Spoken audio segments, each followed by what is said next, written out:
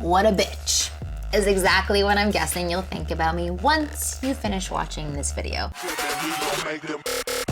So last night I totally thought of you when I was with my girlfriend Danielle, and we were watching this super cheesy show called Married at First Sight, which is based on this social experiment on partnership. The premise of the show is pretty amazing. The show pairs up 6 people who agree to legally marry a stranger. The series then documents their life together for several weeks, and at the end, the couple has to decide whether or not they want to stay together. And by no means am I writing to you to promote this show, even though it's kind of interesting. I'm telling you this because as your wing girl, I'm sworn to always give you direct access to what goes on with women when you're not around. Did you know that when girls get together, their ladylike filters disappear and some pretty rude and raw stuff gets said? Well, it's true. Women aren't always polite, soft little angels. Sometimes we say and think things that aren't particularly nice. Honest, but not nice. The reason I wanted to share this with you is because I want you to know the things that we label as turnoffs and deal breakers so that you can be in the know. And to be honest, avoid doing them at all costs. I'm sure that if you heard these things or saw these things, you would deem them stupid, but to a woman, these things can be big things that hamper how she sees you and whether or not she stays attracted to you. Okay, so enough explaining. Here are some of the things we said to each other during the show that I hope help you. First thing we said, you can honestly tell that guy is horrible in bed by the way he stands. He just looks weak and like, you have to do all the work. So this comment was made because of the way this guy carried himself. He had poor body language and didn't stand up to his new wife when she was bossing him around. He became absent and appeared to shut off. Here's another statement we made.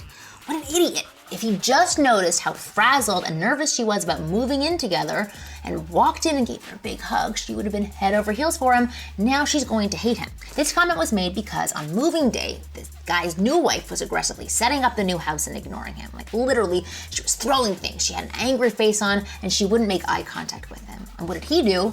He ignored her obvious cries for help and kept unpacking instead of taking the opportunity to connect and get closer. A hug and acknowledgement of the fact that he's nervous too would have been a game changer for him. Even if he didn't know what was going on with her, just saying something like, I can see something's upsetting you, but I'm not sure what it is. Tell me what's going on with you. Something was obviously bothering her, and him caring enough to notice and ask about it would have made them closer. Instead, he ignored it, and now she just thinks she can't count on him. Another comment we made was, if I walked into a guy's apartment and saw those bed cover and curtains, I would run out of there as fast as I could. So this comment was made when getting a tour of the super cute guy's house, and it was revealed that he had gold sheets and gold curtains. I can't express this strongly enough, but that is a huge no-no for every woman.